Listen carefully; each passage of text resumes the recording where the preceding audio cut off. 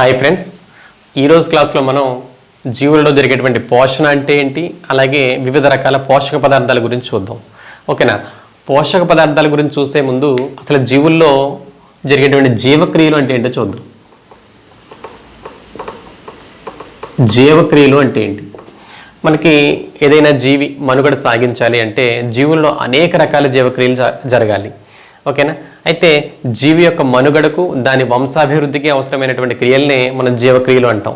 అంటే జీవుల్లో పోషణ అంటే ఆహారాన్ని గ్రహించటం, అలాగే ఎనర్జీని శక్తిని విడుదల చేసేటువంటి శ్వాసక్రియ అంటే ఆక్సిజన్ పీల్చుకుని కార్బన్ డైఆక్సైడ్ వదిలేయటం, అలాగే జీర్ణం కాని వ్యర్థ పదార్థాలు బయటకు తొలగించడం విసర్జన, అలాగే రక్త ప్రసరణ, ప్రత్యుత్పత్తి, ఇట్లా అనేక రకాల జీవక్రియలు జీవుల్లో జరుగుతూ ఉంటాయి.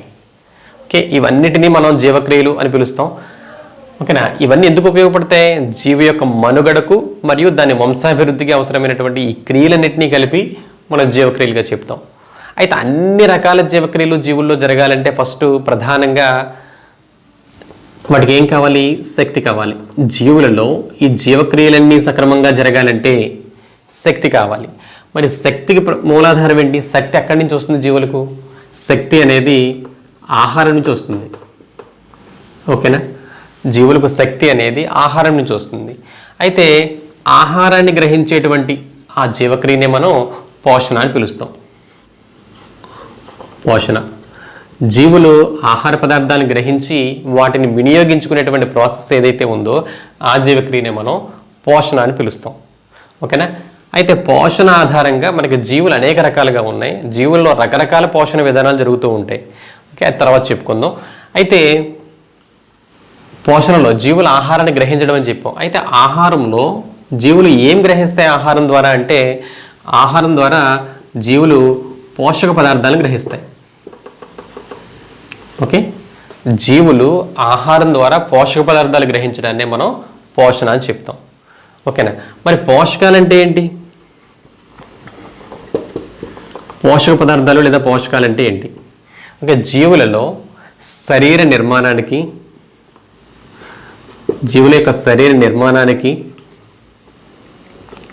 అలాగే శరీర పెరుగుదలకు, శక్తినివ్వడానికి, ఓకే, జీవులలో శరీర నిర్మాణానికి, పెరుగుదలకు, అలాగే శక్తినివ్వడానికి తోడ్పడేటువంటి రసాయన పదార్థాలనే మనం పోషకాలు అంటాం. ఓకేనా? జీవులలో శరీర నిర్మాణము, పెరుగుదల మరియు శక్తిని విడుదల చేయడానికి ఉపయోగపడేటువంటి పదార్థాలను మనం పోషకాలు అంటాం. ఆహారం ద్వారా పోషకాలు గ్రహించడాన్ని పోషణ అని చెప్తాం. అయితే జీవులు తీసుకునే ఆహారంలో ఈ పోషక పదార్థాలు ఏ రకాల పోషక పదార్థాలు ఉంటాయి ఏంటనేది చూద్దాం. చూడండి, వివిధ రకాల పోషక పదార్థాల గురించి తెలుసుకునే ముందు పోషణకు సంబంధించి లెవోయిజర్ పేరు గుర్తుపెట్టుకోండి. లెవోయిజర్, ఈయన్ని ఆధునిక పోషణ శాస్త్ర పితామహుడిగా చెప్తాం. ఈయన్ని ఆధునిక పోషణ శాస్త్ర పితామహుడు. ఓకే, ఫాదర్ ఆఫ్ మోడర్న్ న్యూట్రిషన్గా చెప్తాం ఈయన్ని. ఎవరు? లెవోయిజర్. ఓకే, ఇదొకటి గుర్తుపెట్టుకోండి పోషణకు సంబంధించి. అలాగే తర్వాత జేమ్స్ లిండ్.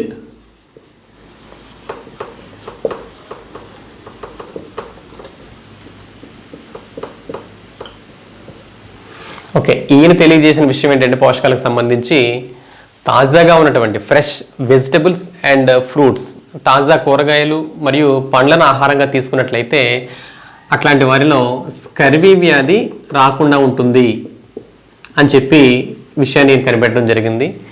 ఇది కూడా పోషకాలకు సంబంధించిన విషయమే కాబట్టి ఇది గుర్తుపెట్టుకోండి. లెవోయిజర్ని ఆధునిక పోషణ శాస్త్ర పితామహుడిగా చెప్తాం. ఓకే, అలాగే జేమ్స్ లిండ్ అయితే కనుక ఈయన స్కర్వీ వ్యాధి, మన ఫ్రెష్గా ఉన్నటువంటి తాజాగా ఉన్న కూరగాయలు మరియు పండ్లను ఆహారంగా తీసుకుంటే అట్లాంటి వారిలో స్కర్వీ వ్యాధి రాదని చెప్పడం జరిగింది. ఇంకా విటమిన్స్ సంబంధించి ఇంకా కొంతమంది శాస్త్రవేత్తలు పరిశోధన చేయడం జరిగింది. మనం ఆ టాపిక్ వచ్చినప్పుడు చెప్పుకుందాం. ఓకేనా? అయితే పోషకాలకు సంబంధించి మన శరీర నిర్మాణానికి, అలాగే శరీరం పెరుగుదలకు, అలాగే శక్తినివ్వడానికి అవసరమయ్యేటువంటి రసాయన పదార్థాలనే మనం పోషకాలు అని చెప్పాం. అయితే మనం తీసుకునే ఆహారంలో ప్రధానంగా ఎన్ని రకాల పోషక పదార్థాలు ఉంటాయంటే, ప్రధానంగా మనం తీసుకునే ఆహారంలో 5 రకాల పోషకాలు ఉంటాయి. ఓకేనా, అదేంటంటే ఒకటి పిండి పదార్థాలు, రెండవది క్రొవ్వులు, మూడవది మాంసకృతులు,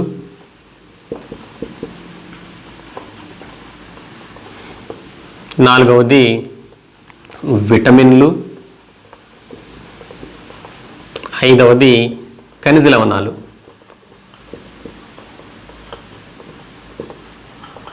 చూడండి, మనం తీసుకునేటువంటి ఆహారంలో ప్రధానంగా 5 రకాల పోషకాలు ఉంటాయి. ఓకే, ఒకటి పిండి పదార్థాలు, దీన్నే కార్బోహైడ్రేట్స్ అని పిలుస్తాం. ఓకే, రెండవది క్రొవ్వులు, వీటిని మనం ఫ్యాట్స్ అని పిలుస్తాం. ఓకే, మూడవది మాంసకృతులు, దీన్నే ప్రోటీన్స్ అంటాం. నాలుగవది విటమిన్లు, విటమిన్స్. తర్వాత మినరల్స్, ఖనిజ లవణాలు. ఇలా ఈ 5 రకాల పోషక పదార్థాలు మనం తీసుకునే ఆహారంలో ఉండాలి. ఓకేనా, అయితే మనం తీసుకునే ఆహారంలో తగినన్ని పోషకాలు కనుక ఉన్నట్లయితే అట్లాంటి ఆహారాన్ని మనం బ్యాలెన్స్డ్ డైట్ లేదా సంతులిత ఆహారంగా పిలుస్తాం. ఓకే, మనం తినేటువంటి ఆహారంలో మన శరీర అవసరాలకు తగినన్ని పోషక పదార్థాలన్నీ ఉన్నట్లయితే అట్లాంటి ఆహారాన్ని మనం బ్యాలెన్స్డ్ డైట్ లేదా సంతులిత ఆహారంగా చెప్తాం. ఓకేనా, ఈ విధంగా మనకి 5 రకాల పోషక పదార్థాలు ఉంటాయని చెప్పుకున్నాం. ఓకే, ఈ 5 రకాల పోషక పదార్థాలని మన శరీర అవసరాలకు తగ్గట్టు, అన్ని పోషక పదార్థాలు మనకి అధిక మొత్తంలో శరీరానికి ఉపయోగపడవు. కొన్ని పోషక పదార్థాలు మన శరీరానికి చాలా ఎక్కువ మొత్తంలో కావాలి, కొన్ని చాలా తక్కువ మొత్తంలో కావాలి. ఓకే, మన శరీర అవసరాలకు తగ్గట్టుగా మన ఈ పోషక పదార్థాలు మనం తీసుకునే క్వాంటిటీ ఆధారంగా వీటిని 2 గ్రూప్స్గా డివైడ్ చేయడం జరిగింది. ఇందులో ఈ మొదటి 3, ఇది కార్బోహైడ్రేట్స్, ఫ్యాట్స్ అండ్ ప్రోటీన్స్, వీటిని స్థూల పోషకాలు అంటాం, మ్యాక్రో న్యూట్రియంట్స్ అని పిలుస్తాం. ఓకేనా, అలాగే మన శరీరానికి విటమిన్లు మరియు ఖనిజ లవణాలు, చూడండి, పిండి పదార్థాలు, క్రొవ్వులు మరియు మాంసకృతులు, ఇది మన శరీరానికి చాలా ఎక్కువ మొత్తంలో కావాలి కాబట్టి వీటిని మ్యాక్రో న్యూట్రియంట్స్ లేదా స్థూల పోషకాలు అని పిలుస్తాం. అలాగే విటమిన్లు మరియు ఖనిజ లవణాలు, ఇవి మన శరీరానికి చాలా తక్కువ మొత్తంలో అవసరం వస్తాయి, అందువల్ల వీటిని సూక్ష్మ పోషకాలు, మైక్రో న్యూట్రియంట్స్గా పిలుస్తాం వీటిని. చూడండి, మన శరీరానికి ఎంత పరిమాణంలో ఈ పోషక పదార్థాలు అవసరపడతాయనే దాన్ని బట్టి పోషక పదార్థాలను 2 గ్రూప్స్గా డివైడ్ చేయడం జరిగింది. ఒకటి మ్యాక్రో న్యూట్రియంట్స్, రెండవది మైక్రో న్యూట్రియంట్స్, స్థూల పోషకాలు, సూక్ష్మ పోషకాలు. అయితే మ్యాక్రో న్యూట్రియంట్స్ అంటే మన శరీరానికి ఇవి ఎక్కువ మొత్తంలో అవసరపడుతూ ఉంటాయి. ఇవి కార్బోహైడ్రేట్స్, ఫ్యాట్స్ అండ్ ప్రోటీన్స్, మనం తినే ఆహారంలో చాలా అధిక మొత్తంలో ఉండాలి. ఇట్లాంటి వాటిని స్థూల పోషకాలని పిలుస్తాం. మనం తీసుకునే ఆహారంలో చాలా తక్కువ మోతాదులో అవసరమయ్యే వాటిని సూక్ష్మ పోషకాలు లేదా మైక్రో న్యూట్రియంట్స్ అని పిలుస్తాం. అవి ఏంటంటే విటమిన్లు మరియు ఖనిజ లవణాలు. ఓకేనా, ఇప్పుడు ఏ పోషక పదార్థాలు మన శరీరానికి ఏ విధంగా ఉపయోగపడుతున్నాయి, అలాగే ఈ పోషకాలలో ఉన్నటువంటి రకాలు ఏమున్నాయో చూద్దాం. చూడండి, పోషకాలకు సంబంధించి మనకి హైదరాబాద్లో ఒక ప్రత్యేకమైన ఇన్స్టిట్యూట్ ఉంది. ఓకే, దాన్ని NIN అని పిలుస్తాం, నేషనల్ ఇన్స్టిట్యూట్ ఆఫ్ న్యూట్రిషన్, జాతీయ పోషకాహార సంస్థ అని పిలుస్తుంది. ఓకే, ఇది ఎక్కడుందంటే హైదరాబాద్లో ఉంది. ఓకే, నీతోటి గుర్తుపెట్టుకోండి. తర్వాత మనకి ఈ పోషక పదార్థాల్లో ప్రధానంగా పిండి పదార్థాలు మరియు క్రొవ్వు పదార్థాలు, ఈ రెండింటినీ కలిపి వీటిని ఎనర్జీ గివింగ్ ఫుడ్స్ అని పిలుస్తాం. ఎనర్జీ గివింగ్ ఫుడ్స్, శక్తిని ఇచ్చేటువంటి ఆహార పదార్థాలు ఏవి అంటే పిండి పదార్థాలు మరియు క్రొవ్వులు. అలాగే మాంసకృతులు, దీన్ని బాడీ బిల్డింగ్ ఫుడ్స్ అని పిలుస్తాం. అంటే శరీర నిర్మాణానికి ఉపయోగపడేటువంటి ఆహార పదార్థాలు. ఓకేనా, అలాగే హెల్త్ గివింగ్ ఫుడ్స్ అని చెప్పి విటమిన్స్ మరియు మినరల్స్ని, వీటిని హెల్త్ గివింగ్ ఫుడ్స్ అని పిలుస్తాం. ఓకే, ఆరోగ్యాన్ని ఇవ్వడానికి తోడ్పడేటువంటి పోషక పదార్థాలు. చూడండి, 5 రకాల పోషకాల్లో పిండి పదార్థాలు మరియు క్రొవ్వులు, కార్బోహైడ్రేట్స్ అండ్ ఫ్యాట్స్, ఇవి 2 కూడా శక్తిని ఇవ్వడానికి ఉపయోగపడతాయి కాబట్టి శక్తినిచ్చే ఆహార పదార్థాలుగా చెప్తాం, అంటే ఎనర్జీ గివింగ్ ఫుడ్స్ అంటాం. అలాగే మాంసకృతులు, ఇవి శరీర పెరుగుదల మరియు శరీర నిర్మాణానికి తోడ్పడుతున్నాయి కాబట్టి వీటిని బాడీ బిల్డింగ్ ఫుడ్స్ అని పిలుస్తాం. అలాగే ఆరోగ్యాన్ని ఇవ్వడానికి, ఓకే, మనల్ని వ్యాధుల బారి నుంచి కాపాడడానికి మనకు ఉపయోగపడేటువంటివి విటమిన్లు మరియు మినరల్స్, ఖనిజ లవణాలు. వీటిని హెల్త్ గివింగ్ ఫుడ్స్ అని పిలుస్తాం. ఓకేనా. ఇందులో మనకి స్థూల పోషకాలలో ఈ 3 స్థూల పోషకాలు అని చెప్పుకున్నాం కదా, మ్యాక్రోన్యూట్రియంట్స్ అని. ఇందులో ఫస్ట్ పిండి పదార్థాల గురించి నేర్చుకుందాం. ఓకే, చూడండి, స్థూల పోషక పదార్థాల్లో మొదటిది పిండి పదార్థాలు. ఓకేనా. వీటిని కార్బోహైడ్రేట్స్ అని కూడా పిలుస్తాం. కార్బోహైడ్రేట్స్ అని పిలుస్తాం. ఓకే, ప్రధానంగా ఇవి కార్బన్, హైడ్రోజన్ మరియు ఆక్సిజన్ యొక్క సమ్మేళనాలుగా ఏర్పడతాయి ఇవి. ఓకేనా. కార్బోహైడ్రేట్స్ అనేవి కార్బన్, హైడ్రోజన్ మరియు ఆక్సిజన్ యొక్క సమ్మేళనాలు. ఉదాహరణ చూస్తే కనుక, ఉదాహరణ గ్లూకోజ్ తీసుకుందాం. గ్లూకోజ్ యొక్క ఫార్ములా C6H12O6. ఓకే, అంటే ఏమేమి ఉన్నాయి ఇందులో? కార్బన్ ఉంటుంది, హైడ్రోజన్ ఉంటుంది, అలాగే ఆక్సిజన్ ఉంటుంది. అందువల్ల కార్బోహైడ్రేట్స్ని కార్బన్, హైడ్రోజన్ మరియు ఆక్సిజన్ యొక్క సమ్మేళనాలుగా చెప్తాం. కార్బోహైడ్రేట్స్లో ప్రధానంగా మనకి కార్బన్, హైడ్రోజన్, ఆక్సిజన్ అనేవి 1:2:1 రేషియోలో ఉంటాయి. ఓకేనా.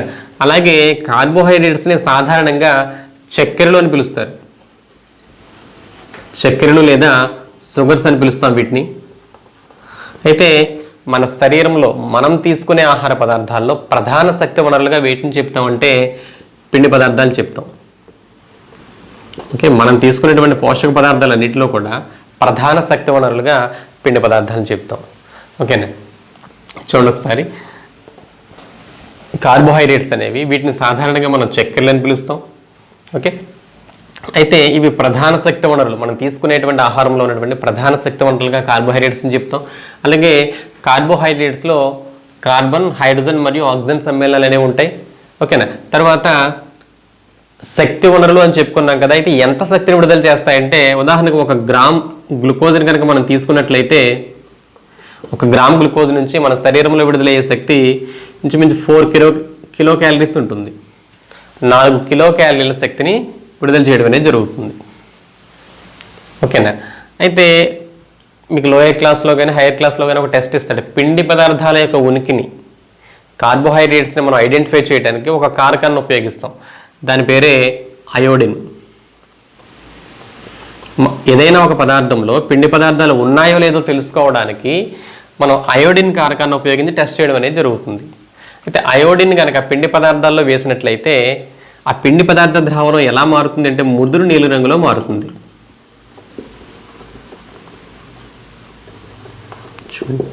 పిండి పదార్థాలు లేదా కార్బోహైడ్రేట్స్ని ఐడెంటిఫై చేయడానికి ఉపయోగించేటువంటి కారకం అయోడిన్. ఓకేనా. ఇది కార్బోహైడ్రేట్స్ సంబంధించి. ఇంకొకసారి చూడండి, కార్బోహైడ్రేట్స్, ఓకే, వీటిని ఇవి కార్బన్, హైడ్రోజన్ మరియు ఆక్సిజన్ యొక్క సమ్మేళనాలు. ఓకేనా. అయితే ఇందులో కార్బన్, హైడ్రోజన్, ఆక్సిజన్ అనేవి ప్రధానంగా 1:2:1 రేషియోలో ఉంటాయి. అలాగే వీటిని చక్కెరలు లేదా షుగర్స్ అని పిలుస్తాం. ఓకే, ఇవి మన శరీరంలో ప్రధాన శక్తి వనరులుగా ఉపయోగపడతాయి. అంటే 1 గ్రామ్ గ్లూకోజ్ నుంచి విడుదలయ్యేటువంటి శక్తి ఎంత ఉంటుందంటే 4 కిలో క్యాలరీస్ ఉంటుంది. ఓకేనా. తర్వాత పిండి పదార్థాల యొక్క ఉనికిని మనం టెస్ట్ చేయడానికి, పరీక్షించడానికి అయోడిన్ కారకాన్ని ఉపయోగించడం అనేది జరుగుతుంది. అయోడిన్ కారకం ఉపయోగించి పిండి పదార్థాలను పరీక్షించినప్పుడు పిండి పదార్థాలు ఏ రంగులోకి మారుతాయంటే ముదురు నీలి రంగులోకి మారడం అనేది జరుగుతుంది. ఓకే. తర్వాత కార్బోహైడ్రేట్స్ని అందులో ఉన్నటువంటి చక్కెర అణువుల సంఖ్యను బట్టి 2 గ్రూప్స్గా డివైడ్ చేయడం జరిగింది ప్రధానంగా. అవి ఏంటంటే, ఒకటి సరళ కార్బోహైడ్రేట్స్, రెండవది సంక్లిష్ట కార్బోహైడ్రేట్స్. ఓకేనా. Simple carbohydrates and complex carbohydrates అంటాం దీన్ని. ఓకే, సరళ చక్కెరలు, సంక్లిష్ట చక్కెరలు అని కూడా పిలుస్తాం దీన్ని.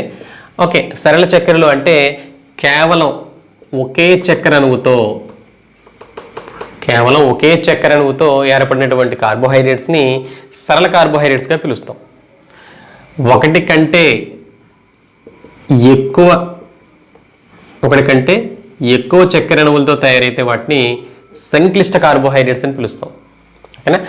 Simple carbohydrates and complex carbohydrates. అయితే సరళ చక్కెరలకు ఉదాహరణ ఏంటంటే గ్లూకోజ్, ఫ్రక్టోజ్, గెలాక్టోజ్, అలాగే రైబోస్, అలాగే డియాక్సిరైబోస్ మొదలైనవన్నీ. Okay, glucose, fructose, galactose, ribose, deoxyribose ఇవన్నీ కూడా కేవలం ఒకే చక్కెర అణువుతో ఏర్పడ్డాయి. అందువల్ల వాటిని సరళ చక్కెరలు లేదా సింపుల్ కార్బోహైడ్రేట్స్ అని పిలుస్తాం. అలాగే సంక్లిష్ట చక్కెరలు లేదా కాంప్లెక్స్ కార్బోహైడ్రేట్స్ ఇవి ఒకటి కంటే ఎక్కువ చక్కెర అణువులతో తయారయ్యాయి. దీనికి ఉదాహరణ ఏంటంటే స్టార్చ్, అలాగే సెల్యులోజ్, లాక్టోస్, సుక్రోజ్, గ్లైకోజన్ మొదలైనవి. చూడండి, ఒకటి కంటే ఎక్కువ చక్కెర అణువులతో తయారైనవి ఇవేమున్నాయి? ఉదాహరణ స్టార్చ్ ఒకటి, cellulose, lactose, sucrose and glycogen ఇవి ఒకటి కంటే ఎక్కువ చక్కెర అణువులు. ఈ విధంగా మెయిన్ 2 గ్రూప్స్గా డివైడ్ చేయడం జరిగింది. ఒకే చక్కెర అణువు ఉంటే సరళ చక్కెరలు, ఒకటి కంటే ఎక్కువ చక్కెర అణువులు అయితే సంక్లిష్ట చక్కెరలుగా చెప్తాం. అయితే ఇట్లా కాకుండా వేరొక రకమైన వర్గీకరణ కూడా ఉంది. అంటే చక్కెర అణువుల సంఖ్యను బట్టి ఒకే చక్కెర అణువు ఉంటే వాటిని మరొక పేరుతో కూడా పిలుస్తాం, వాటిని మోనోసాకరైడ్స్ అని పిలుస్తాం. కార్బోహైడ్రేట్స్లో ఒకే చక్కెర అణువుతో ఏర్పడితే వాటిని మోనోసాకరైడ్స్ అంటాం. అలాగే 2 చక్కెర అణువులు ఉంటే వాటిని డైసాకరైడ్స్ అంటాం.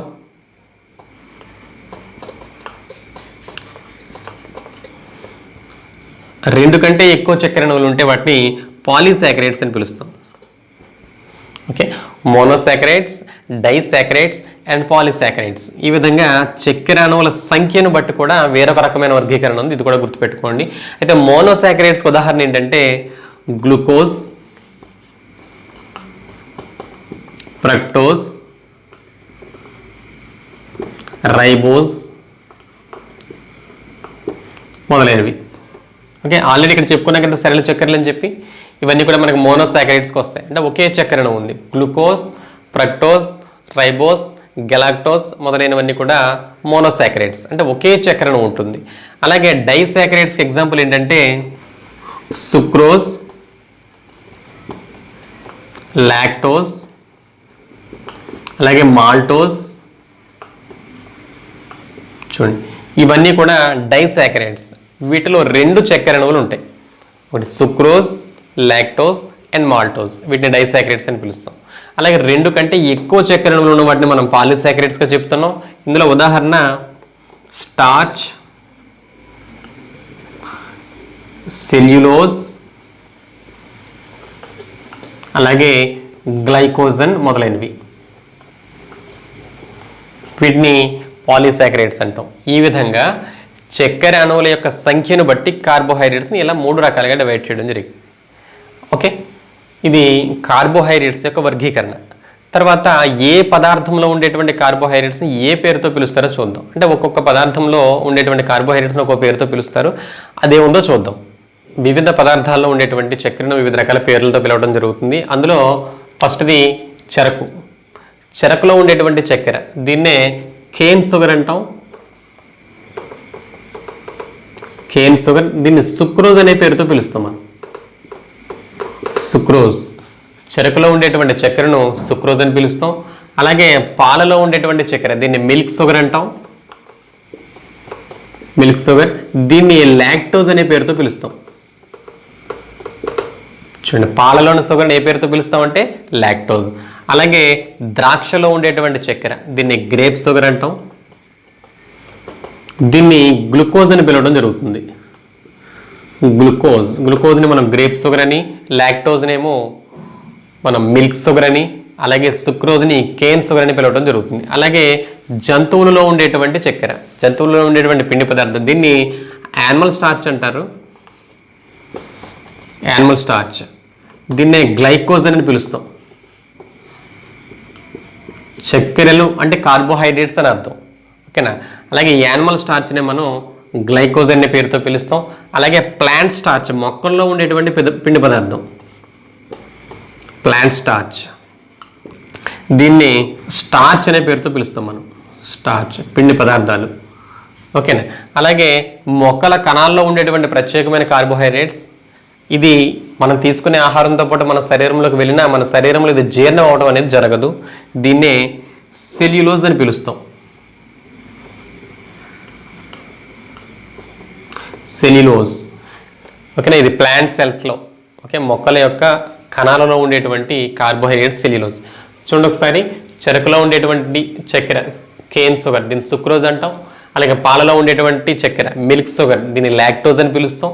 అలాగే ద్రాక్షలో ఉండేటువంటి చక్కెర గ్రేప్ షుగర్, దీన్ని గ్లూకోజ్ అనే పేరుతో పిలుస్తాం.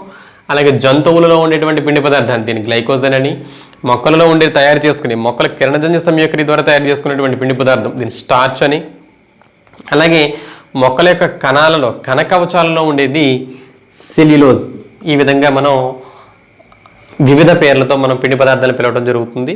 ఓకేనా, అయితే ఇక్కడ సెల్యులోజ్కి సంబంధించి మనం తీసుకునే అనేక రకాల ప్లాంట్ ప్రొడక్ట్స్ని మనం ఆహారంగా తీసుకుంటాం. అయితే వాటి యొక్క కణకవచాలన్నింటిలోనూ సెల్యులోజ్ ఉంటుంది. కానీ మన శరీరంలోకి ప్రవేశించినటువంటి సెల్యులోజు మన శరీరంలో జీర్ణం అవడం అనేది జరగదు. అయితే జీర్ణం కాకపోయినప్పటికీ సెల్యులోజ్ అనేది మన జీర్ణక్రియకి ఎంతగానో దోహదపడుతుంది. అంటే మనం తీసుకున్న ఆహారానికి ఎక్స్ట్రా వెయిట్, అదనపు బరువును చేకూర్చి, అలాగే జీర్ణనాళంలో ఆహారం సులువుగా జరగడానికి తోడ్పడుతుంది. జీర్ణక్రియ సమర్థవంతంగా జరగడానికి ఇది హెల్ప్ చేస్తూ ఉంటుంది.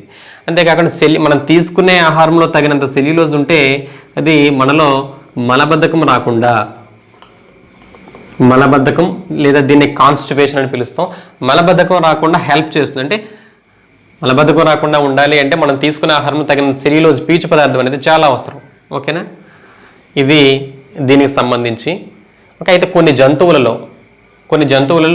జంతువుల యొక్క శాకాహార జంతువుల్లో వాటిలో ఉండేటువంటి అపెండిక్స్ లేదా ఉండుకం అనేది వాటిలో సెల్యులోజ్ని జీర్ణం చేయడానికి ఉపయోగపడుతుంది. సెల్యులోజ్ని జీర్ణం చేయడానికి సెల్యులేజ్ అనే ఎంజైమ్ అవసరం ఉంటుంది.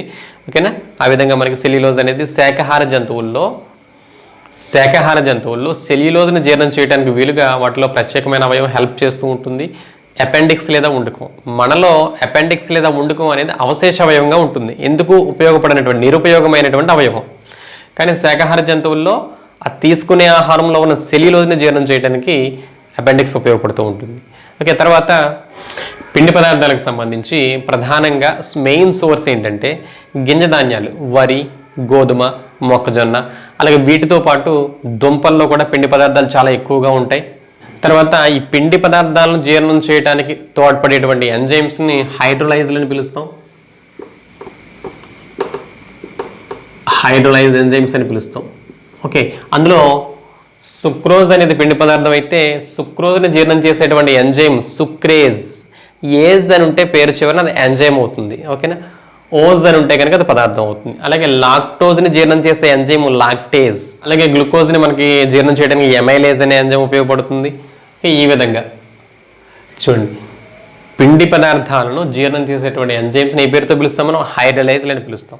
ఓకేనా, అవి మన ఇంతకుముందు మానవుని యొక్క జీర్ణ వ్యవస్థలో చెప్పుకున్నాం. పిండి పదార్థాలను జీర్ణం చేయడానికి ప్రధానంగా హెల్ప్ చేసేటువంటి కొన్ని ఎంజైమ్ ఎమైలేజ్ చెప్పుకున్నాం, మనం ఎమైలేజ్ చెప్పుకున్నాం. అలాగే సుక్రేజ్, లాక్టేజ్, ఇవన్నీ కూడా మనకి పిండి పదార్థాలను జీర్ణం చేయడానికి హెల్ప్ చేసేటువంటి ఎంజైమ్స్. చూడండి, ఎంజైమ్కి అయితే కనుక పేరు చివరన ఏజ్ అనేటువంటి సౌండ్ వస్తుంది మనకి. సుక్రేజ్ సుక్రోజ్ని జీర్ణం చేస్తుంది. ఓకేనా, లాక్టోజ్ అనే పదార్థాన్ని జీర్ణం చేస్తుంది. మిగిలిన పిండి పదార్థాలు ఎమైలేజ్, ఇది పిండి పదార్థాలను సాధారణంగా జీర్ణం చేసేటువంటి ఎంజైమ్. ఇది ఇట్లా పిండి పదార్థాలను జీర్ణం చేసే ఎంజైమ్స్ ఏవైతే ఉన్నాయో వాటిని మనం హైడ్రోలైజ్ అనే పేరుతో పిలుస్తాం. ఇది మనం తీసుకునే ఆహారంలో ఉన్నటువంటి పిండి పదార్థాలకు సంబంధించి. ఓకేనా, ఏం చెప్పుకున్నామంటే పిండి పదార్థాలు, వీటిని చక్కెరలు అని పిలుస్తాం. ఇవి కార్బన్, హైడ్రోజన్ మరియు ఆక్సిజన్ యొక్క సమ్మేళనాలు. ఓకేనా, ఇందులో ప్రధానంగా మనకి 1 గ్రాము గ్లూకోజ్ కనుక మన శరీరంలో ఆక్సీకరణ చెందితే 4 కిలో క్యాలరీల శక్తి అనేది విడుదలవడం అనేది జరుగుతుంది. ఓకేనా, అంతేకాకుండా పిండి పదార్థాల యొక్క ఉనికిని గుర్తించడానికి తోడ్పడేటువంటి కారకం అయోడిన్ అని చెప్పుకోవడం జరిగింది. ఇది పిండి పదార్థాలకు సంబంధించి. తర్వాత ప్రోటీన్స్, మాంసకృతులు, వాటి యొక్క నిర్మాణం ఎలాగుంది, అందులో రకాలు ఏమున్నాయో చూద్దాం. చూడండి, స్థూల పోషక పదార్థాల్లో మనకి తర్వాత మనం చెప్పుకునేది ప్రోటీన్స్ లేదా మాంసకృతులు అని పిలుస్తాం వీటిని.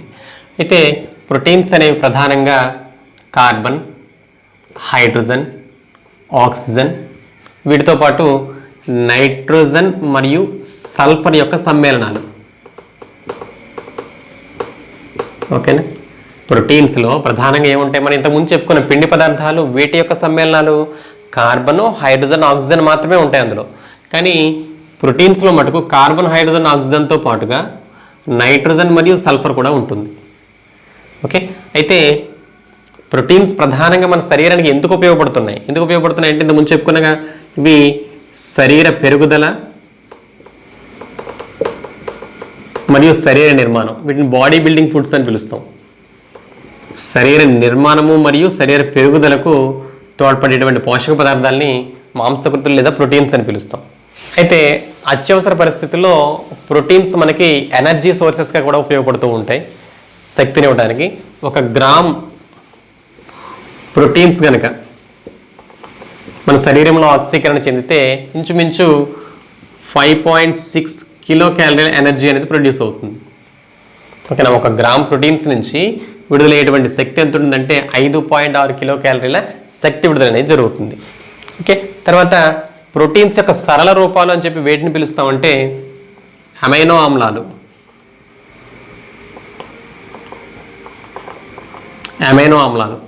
ఓకే. ప్రోటీన్స్ అనేది సంక్లిష్ట రూపం అయితే దాని యొక్క సరళ రూపం ఏంటంటే అమైనో ఆమ్లాలు, అమినో యాసిడ్స్ అని పిలుస్తాం. ఇవి ప్రోటీన్స్ యొక్క సరళ రూపాలు. శరీరంలో ఈ ప్రోటీన్స్ని తయారు చేసేటువంటి కొన్ని కణాంగాలు ఉన్నాయి. మొక్కలు లేదా జంతువుల శరీరాల్లో ఉండేటువంటి కణాలలో ఉండే కణాంగంలో ప్రధానంగా రైబోజోమ్లు అనేటువంటి కణాంగాలు ప్రోటీన్స్ తయారీకి ఉపయోగపడతాయి. ప్రోటీన్స్ తయారీకి ఉపయోగపడేటువంటి కణాంగాలు రైబోజోమ్స్. ఓకేనా. దీంతో పాటు రైబోజోమ్స్ని కలిగి ఉన్నటువంటి వేరొక కణాంగం కూడా ఉంది మన శరీరంలో ఉండేటువంటి కణాల్లో. దాని పేరు రఫ్ ఎండోప్లాస్మిక్ రెటిక్యులం, గరుకు అంతర్జీవ ద్రవ్యజాలకం. ఇది కణాంగాలు అనే పాటలో చెప్పుకుంటాం మనం. రైబోజోమ్స్ అలాగే గరుకు అంతర్జీవ ద్రవ్యజాలకం, ఈ 2 కణాంగాలు కూడా మన శరీరంలో ప్రోటీన్స్ తయారీకి హెల్ప్ చేస్తూ ఉంటాయి. ఓకేనా. అయితే నెక్స్ట్ ఏంటంటే ప్రకృతిలో ఇంతవరకు కనుక్కున్నటువంటి అమైనో ఆమ్లాలు ఎన్ని ఉన్నాయంటే సుమారు 24 రకాల అమినో యాసిడ్స్ అనేవి మనకి ప్రకృతిలో ఉండటం జరిగింది. కానీ మనకి ప్రోటీన్స్ ద్వారా మనకు లభించేటువంటి అమైనో ఆమ్లాలు ఎన్ని ఉంటాయంటే కేవలం 20 మాత్రమే. ఓకే. చూడండి ఒకసారి, ప్రకృతిలో ఉన్నటువంటి మొత్తం అమైనో ఆమ్లాల సంఖ్య ఎంత ఉంది? 24 రకాల అమైనో ఆమ్లాలు ఉండటం అనేది జరిగింది. కానీ ప్రోటీన్స్ రూపంలో మనకు లభించేవి మటుకు 20 రకాల అమైనో యాసిడ్సే మనకి లభిస్తాయి. ఓకేనా.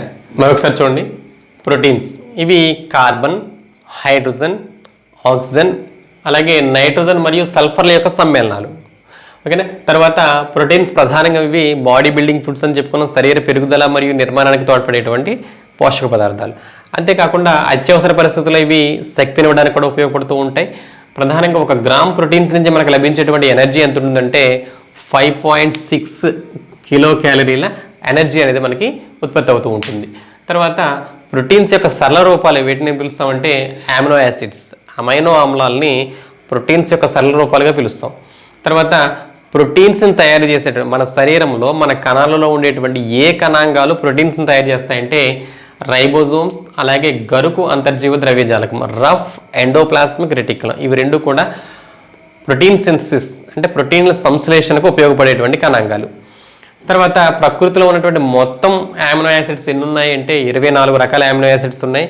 కానీ ప్రోటీన్స్ రూపంలో మనకు లభించేవి ఏంటంటే 20 రకాల అమినో యాసిడ్స్ మాత్రమే మనకు ప్రోటీన్స్లో లభిస్తూ ఉంటాయి.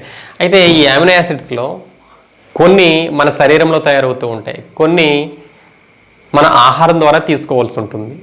ఓకే. వీటి యొక్క ఆవశ్యకతను బట్టి మన శరీరంలో తయారయ్యేవి మనకు అవసరం లేదు. ఓకే. తయారు కాకుండా బయట ఏదైతే మనం ఆహారం ద్వారా తీసుకోవాలో అది మన శరీరానికి అవసరం. ఓకే. దీని యొక్క ఆవశ్యకతను బట్టి ప్రోటీన్స్ని మళ్ళీ 2 గ్రూప్స్గా డివైడ్ చేయడం జరిగింది. అవేంటో చూద్దాం.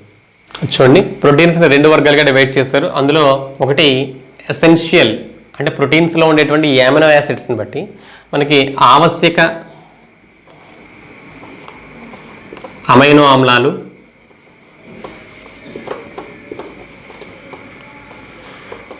ఆవశ్యక అమైనో ఆమ్లాలు అలాగే అనావశ్యక అమైనో ఆమ్లాలు అంటే ఎసెన్షియల్ అమినో యాసిడ్స్, అలాగే నాన్ ఎసెన్షియల్ అమినో యాసిడ్స్ అంటాం. ఓకే, ఇది ఎసెన్షియల్ మన శరీరానికి అవసరమైనవి, ఇవి నాన్ ఎసెన్షియల్ మన శరీరానికి అవసరం లేదు. ఇది ఎందుకు అవసరం లేదంటే అనావశ్యక అమైనో యాసిడ్స్ అనేవి మన శరీరంలో తయారవుతాయి. ఓకే, ఇవి మానవ శరీరంలో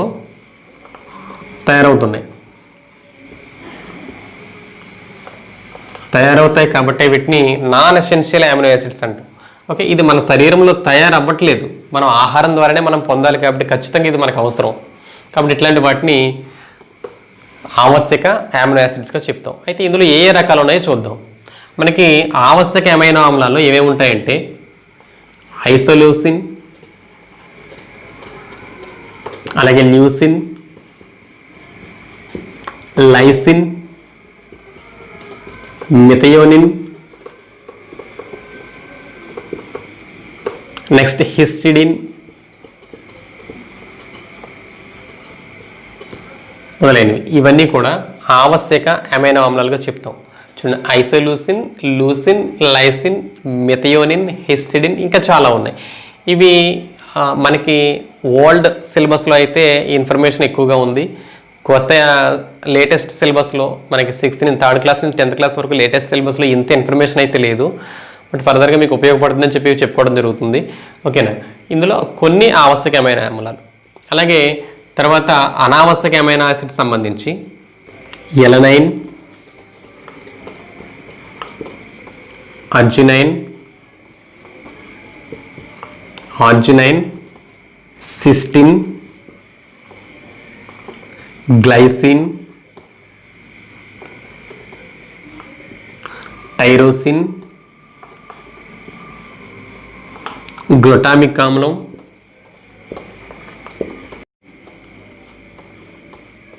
మొదలైనవి. ఇవన్నీ కూడా అనావశ్యక అమైనో ఆమ్లాలు. ఇవి మన శరీరంలో తయారవుతూ ఉంటాయి. చూడండి ఏమేమి ఉన్నాయో: alanine, arginine, cystine, glycine, tyrosine, అలాగే గ్లూటామిక్ యాసిడ్. ఇవన్నీ కూడా నాన్ ఎసెన్షియల్ అమైనో యాసిడ్స్. ఇట్లా మన శరీరానికి అవసరం ఉన్నవి, అవసరం లేనివి అనేది దాన్ని బట్టి 2 గ్రూప్స్గా డివైడ్ చేయడం జరిగింది. అయితే ఇందులో ఇది ఒకటి గుర్తుపెట్టుకోండి, ఇది హిస్టిడిన్ అనేది చిన్నపిల్లలకు మాత్రమే ఆవశ్యక అమైనో యాసిడ్స్. ఇది ఆవశ్యక ఎవరికి? చిన్నపిల్లల్లో మాత్రమే అవసరమైనటువంటి అమైనో యాసిడ్ ఏంటంటే హిస్టిడిన్. ఇది పెద్దవారిలో తయారవుతుంది. ఓకేనా, ఇందులో చాలా నేమ్స్ ఎక్కువగా ఉన్నవి, కొంచెం బట్టి పట్టండి అవకాశం ఉంటే కనుక. ఓకే, తర్వాత మనకి ప్రోటీన్స్ సంబంధించి మెయిన్ సోర్స్ ఏంటంటే మనకి పప్పు ధాన్యాలు, కందులు, మినువులు, పెసలు, ఇట్లాంటి పప్పు ధాన్యాలు అన్నింటిలో కూడా చాలా ప్రోటీన్స్ ఎక్కువగా ఉంటాయి. వీటితో పాటు పాలు, మాంసం, గుడ్లు, ఇట్లా మాంసాహారంలో ప్రోటీన్స్ అధికంగా ఉంటాయి. ఓకే, పిల్లల్లో పెరుగుదల వేగంగా ఉండాలి అంటే, శరీర పెరుగుదల సక్రమంగా ఉండాలంటే ప్రోటీన్స్ ఖచ్చితంగా తీసుకోవాలి. ఓకేనా, ఇది ప్రోటీన్ సోర్స్కి సంబంధించి పాలు, మాంసం, గుడ్లు, అలాగే పప్పు ధాన్యాల్లో ప్రోటీన్స్ అధికంగా ఉంటున్నాయి.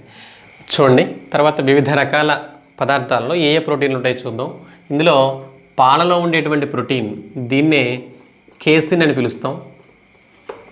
ఓకే, తర్వాత గుడ్లలో ఉండేటువంటి ఎగ్స్లో ప్రధానంగా మనకి ఆల్బుమిన్ అనే ప్రోటీన్ ఉంటుంది. మనకి గోధుమలో లభించేటువంటి ప్రోటీన్ ఏంటంటే గ్లూటామిన్. తర్వాత ఆకుకూరలలో లభించేటువంటి ప్రోటీన్, దీన్ని బీటా కెరోటిన్ అని పిలుస్తాం. Beta keratin. మనకి పట్టుదారాల్లో కూడా చాలా ప్రత్యేకమైన ప్రోటీన్ ఉంటుంది. ఆ ప్రోటీన్ ఉంటుంది కాబట్టే పట్టుబట్టలు లేదా పట్టుదారాలు అనేవి చాలా దృఢంగా, స్ట్రాంగ్గా ఉండటం అనేది జరుగుతుంది. అట్లా పట్టుదారాల్లో ఉండేటువంటి ప్రోటీన్స్ ఏంటంటే సిరిసిన్ అండ్ ఫైబ్రోయిన్. ఈ విధంగా 2 ప్రోటీన్స్ మనకి పట్టుదారాల్లో ఉంటాయి. తర్వాతది గోళ్ళు, రోమాలు, చర్మం నుంచి ఏర్పడేటువంటి కొన్ని ఉత్పత్తులు. వీటిలో ఉండేటువంటి ప్రోటీన్ ఏంటంటే కెరాటిన్. ఓకేనా, గోళ్ళు, రోమాలు, కొమ్ములు, అలాగే పశువుల యొక్క కాలు, గిట్టలు, ఇట్లాంటి వాటిలో ఉండేటువంటి ప్రోటీన్ కెరాటిన్. ఇవి వివిధ పదార్థాల్లో ఉండేటువంటి ప్రోటీన్స్ గురించి చూడండి. పాలలో ఉండేటువంటి ప్రోటీన్ కేసిన్ అని, గుడ్డులో ఉండేటువంటి ప్రోటీన్ ఎగ్స్లో ఉండేది ఆల్బుమిన్ అని, అలాగే గోధుమల్లో లభించేటువంటి ప్రోటీన్ గ్లూటామిన్ అని, అలాగే ఆకుకూరల్లో బీటా కెరోటిన్, తర్వాత పట్టుదారాల్లో ఉండేది సిర్సిన్ మరియు ఫైబ్రోయిన్ అనే ప్రోటీన్, అలాగే చర్మం నుంచి ఏర్పడేటువంటి ఉత్పత్తులు గోళ్ళు, రోమాలు, కొమ్మలు, గిట్టలు మొదలైన వాటిలో ఉండేది కెరోటిన్. ఇలా వివిధ రకాల ప్రోటీన్స్ ఇవి. ఇది గుర్తుపెట్టుకోండి.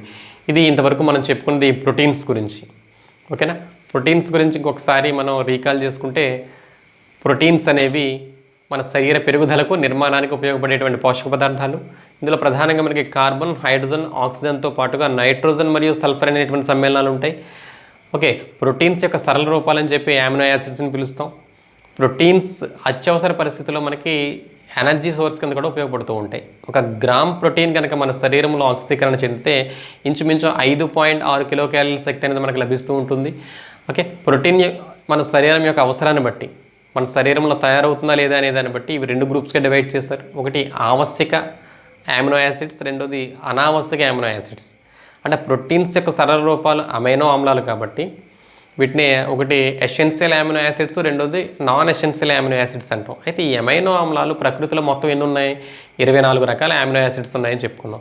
ఇందులో మన ప్రోటీన్స్ ద్వారా మనకి లభించేవి 20 రకాల అమినో యాసిడ్స్. ఓకే, ఎసెన్షియల్ అనేవి మన శరీరంలో తయారవ్వు, మనం ఆహారం ద్వారా వాటిని పొందాల్సి ఉంటుంది కాబట్టి వాటిని ఆవశ్యక అమినో యాసిడ్స్ అని చెప్పాం. ఐసోలూసిన్, లూసిన్, లైసిన్ మొదలైనవన్నీ కూడా ఆవశ్యక అమినో యాసిడ్స్. కొన్ని మన శరీరంలో తయారవుతాయి, ఇవి బయట నుంచి పొందాల్సిన అవసరం లేదు కాబట్టి వీటిని అనావశ్యక అమినో యాసిడ్స్ అంటాం.